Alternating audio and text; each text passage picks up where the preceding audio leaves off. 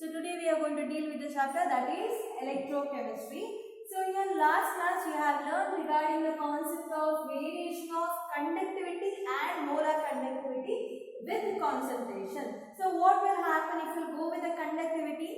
So as concentration will go on increasing, conductivity, okay, so that is nothing but kappa will go on increasing, right? So when you go with the molar conductivity, it is opposite of it. In the sense, as concentration will go on increasing, molar conductivity will go on decreasing. Why it is so? As concentration increases, by then the particles will come closer to each other, so that volume will decreases, so that molar conductivity also will decreases. So here you need to remember, so as the concentration increases, molar conductivity will go on decreasing. And later you have learned regarding a limiting molar conductivity concept, right? So what does it mean? So when the concentration reaches at zero, in the sense when the solution is very dilute, okay, very dilute solution has been taken. So by that time the value of concentration will be zero. So that point will be considered as a limiting molar conductivity, which is represented as lambda m naught, right? So here, that is a point. After that, the volume cannot be expanded. Okay, so that limiting point is known as limiting molar conductivity. Okay, so here molar conductivity will be represented with lambda m. Okay, which is represented as lambda m. So next, as I have told, so the molar conductivity varies with the concentration based on strong electrolyte as well as weak electrolyte. So one by one we see. The first is known as strong electrolyte.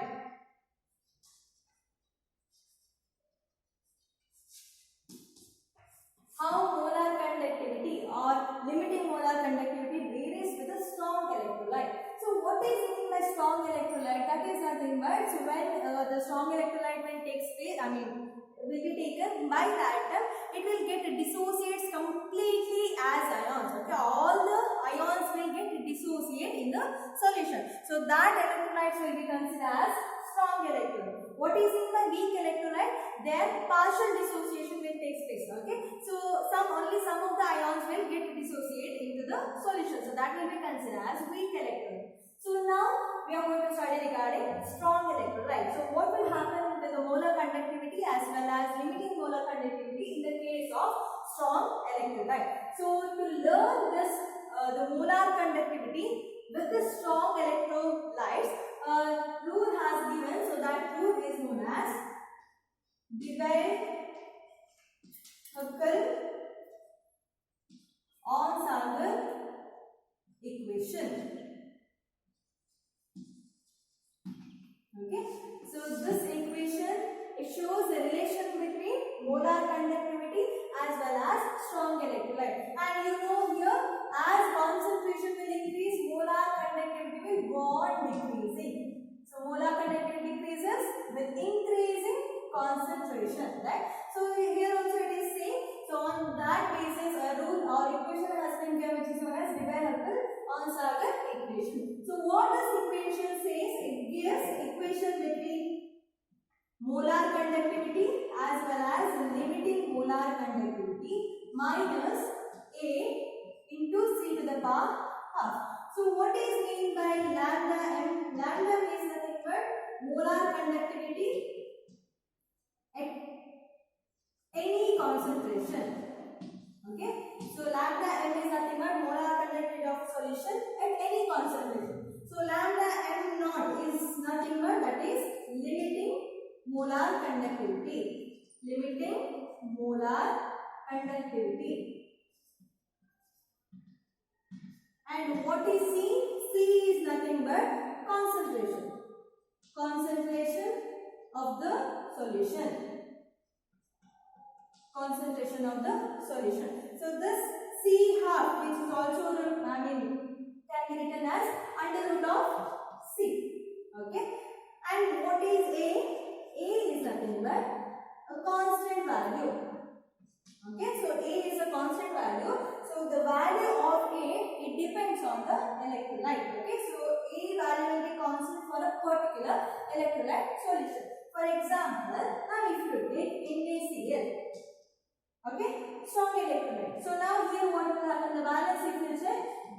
valence of Na will be +1 and Cl it is -1. So here the ratio it goes with 1:1. So value of A it is constant for all the 1:1 type of electrolyte.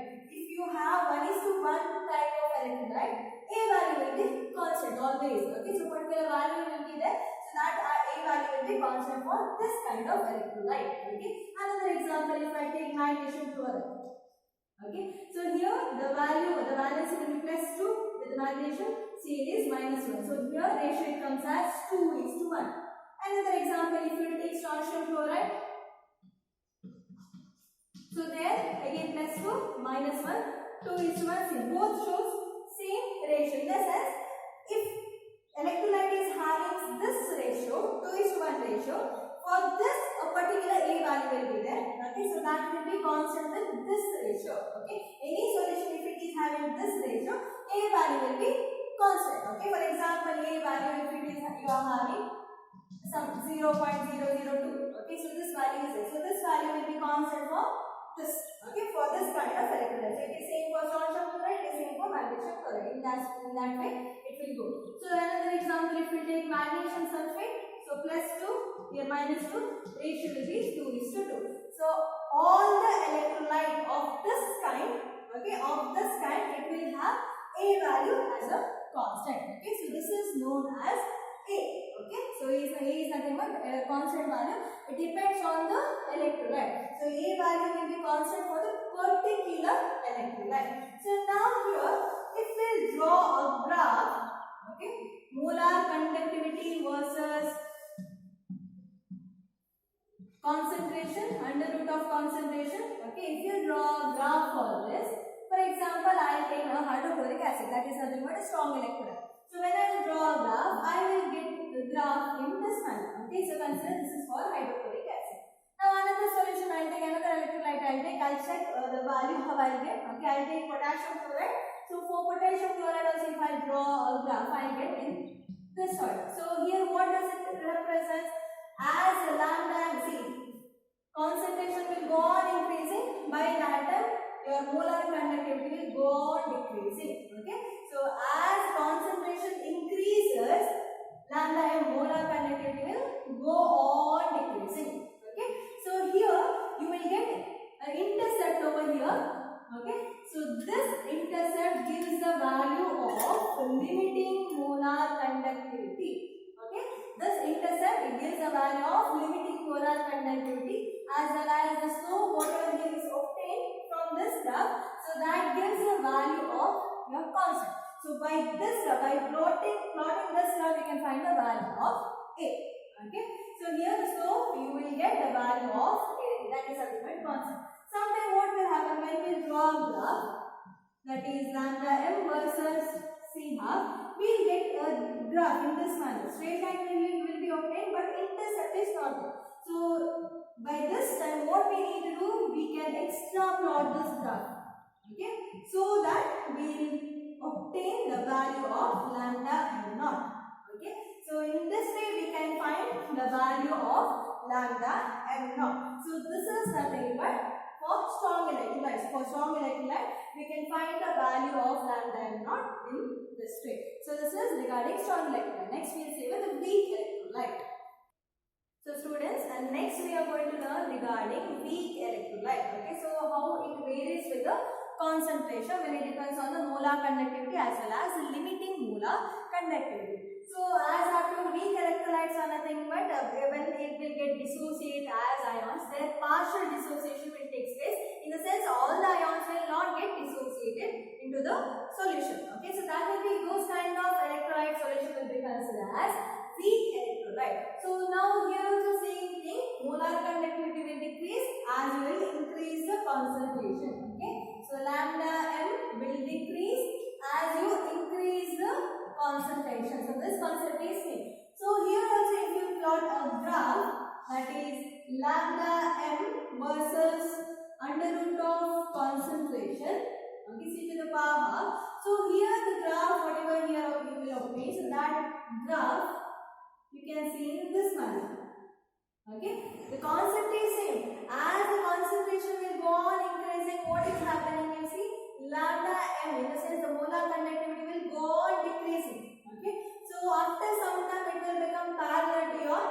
this also, right?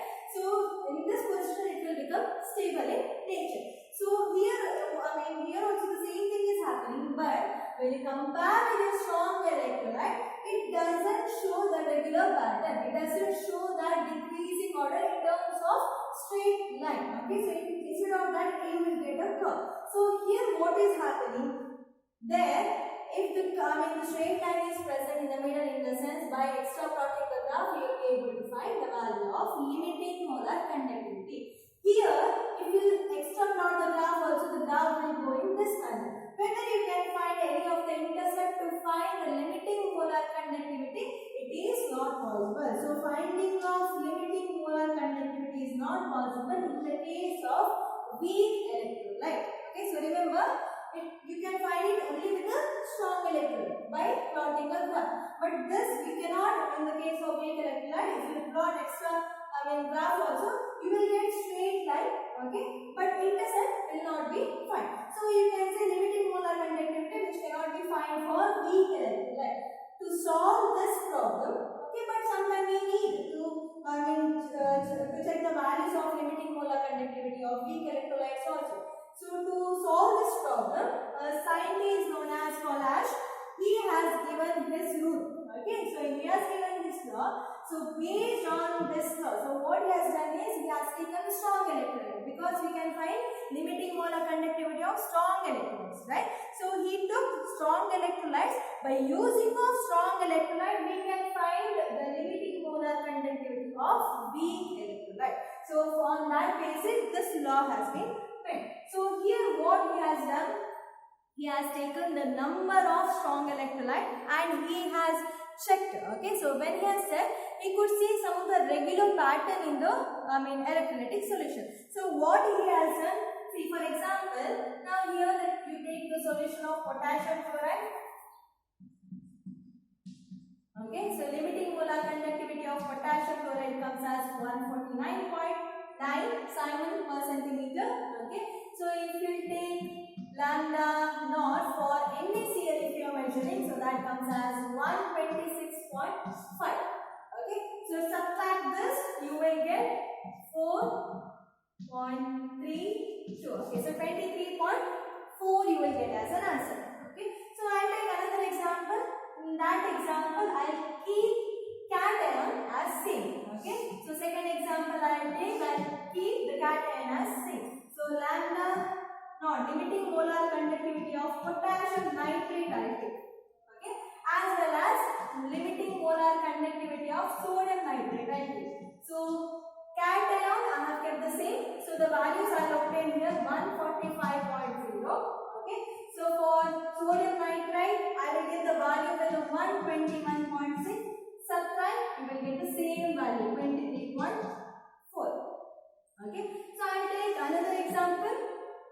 So potassium chloride over, now sodium chloride over. So I'll take one more example that goes with the bromide. So now lambda naught of KBr if I take, as well as lambda naught molar conductivity of sodium bromide I take. Again I'll keep the cation as same. Okay, so now if you check the value will come as 141.9. For sodium bromide it comes as 120.5. So when you subtract, you will get again 23.4. So what he understood if we'll keep the cation, okay, if we'll keep the cation as same, we'll get the difference as same. Okay, in the sense, this cation is contributing something to the electrolyte. Okay, so that is same. Always that contribution will be same with the cation. Same thing he has done with the anion also. So in the second experiment, what he has done, anions he has kept the same. Okay, so cations he has changed. Anions if we have taken chloride as well as bromide. So next also he has taken the same thing. So there also we could see the same pattern. Okay, and he has found. So whenever the electrolyte will be taken, by that time we will be having two ions, right? One cation is present, one anion is present. To get that limiting molar conductivity value, the cation will contribute something, okay, as well as anion also will contribute something to the electrolyte solution. So that contribution always it will be same. So based on that, he has told at infinite dilation in the sense when it reaches the value of lambda m naught, in the sense the limiting molar conductivity value. So when the dissociation is complete, in the sense as I told, he has done the experiment for which electrolyte? Strong electrolyte. So dissociation will take place completely, right? So when the dissociation is complete, each ion makes a definite contribution. Okay, so each ion will give its contribution to the electrolytic solution, contribution towards molar conductivity of the electrolyte irrespective of the nature of other ions present. Okay, so it doesn't matter with the ions which is present with it. Okay, but it will give its contribution to the electrolytic solution. So that law is known as Paul-Rasch law. So here, if you are finding limiting molar conductivity of any strong electrolyte solution, okay, so as I have told, according to the law, it will be the sum of molar conductivity of cation as well as molar conductivity of anion. Okay, so molar conductivity of cation as well as molar conductivity of anion. In the sense, to get a limiting molar conductivity of any electrolyte, so each ion will contribute something to the solution. So that is known as Paul-Rasch law. Okay. So if I take another example, lambda naught of magnesium chloride.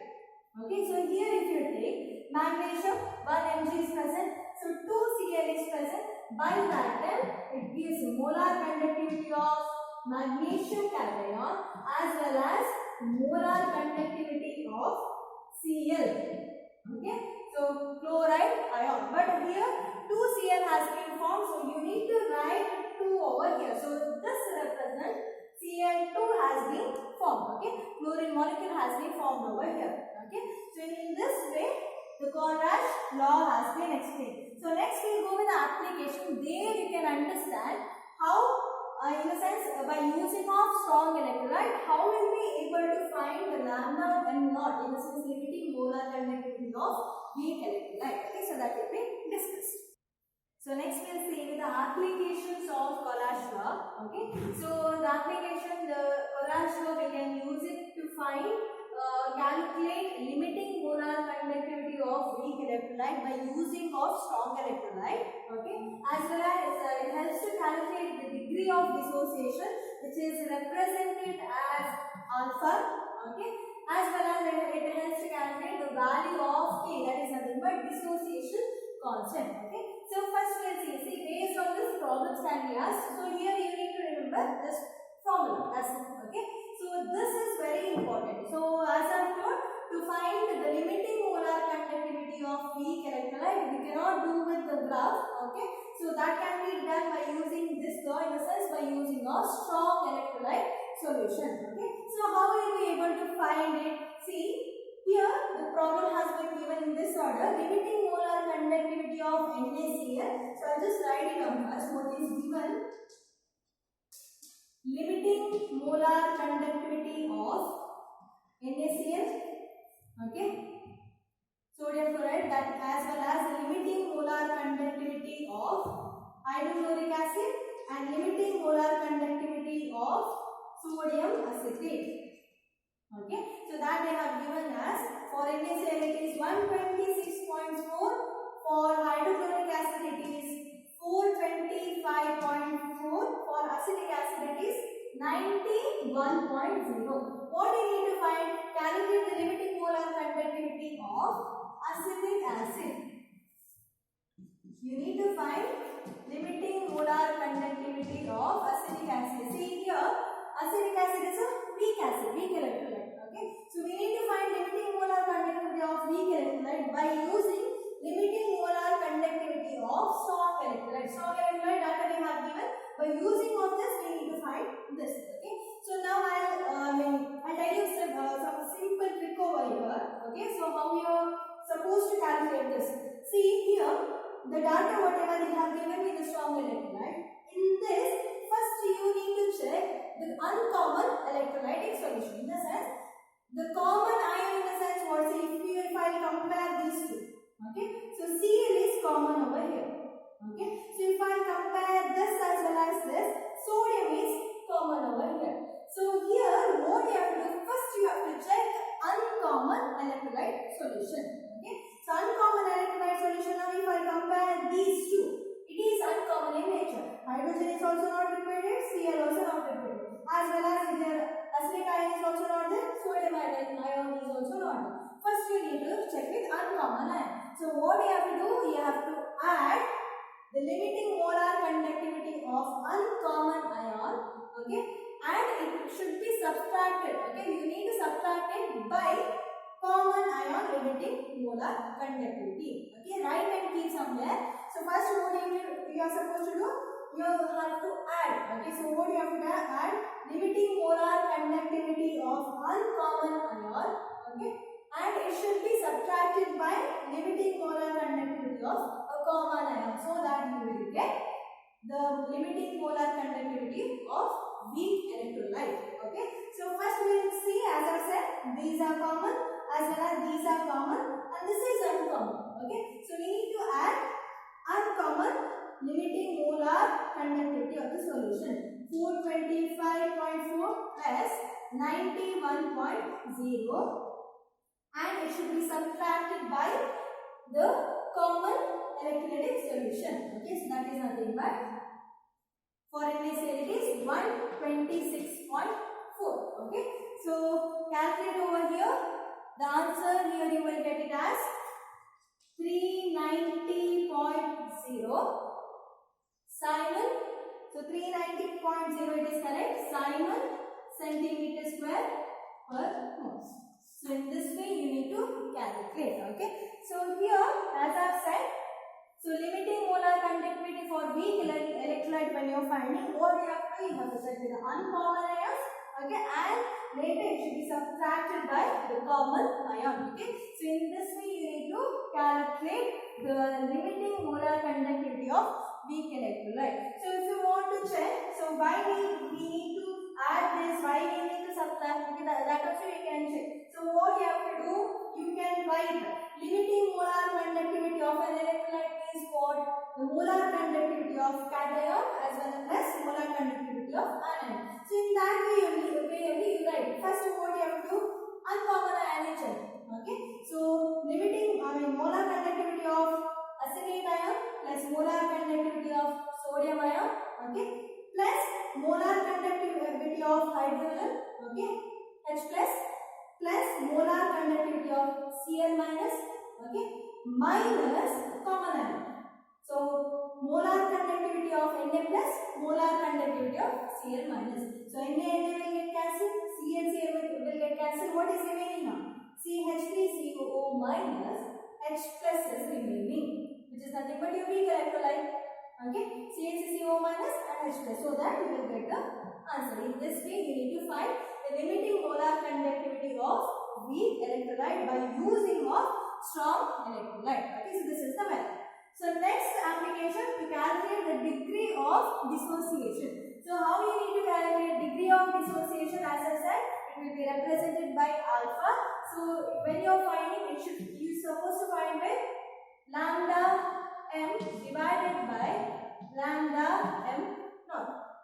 So what is lambda m over here? Molar conductivity of a solution with any concentration.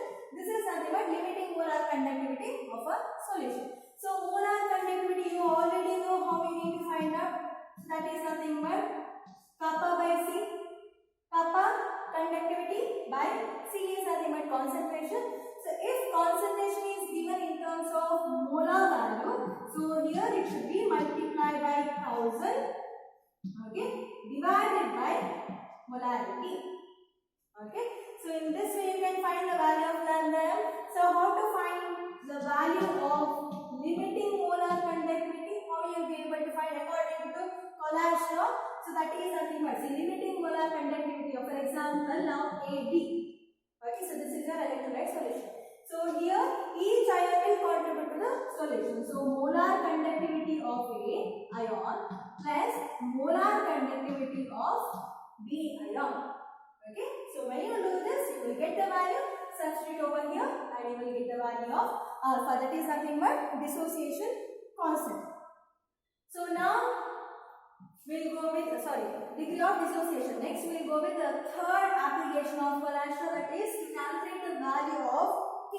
So K is nothing but dissociation constant. See, dissociation constant we have already learned in the chapter of solution, right? So the formula also you know, that is nothing but K is equal to C alpha square by 1 minus alpha. So this is the formula to find out dissociation constant. So value of K, dissociation constant value you need to find.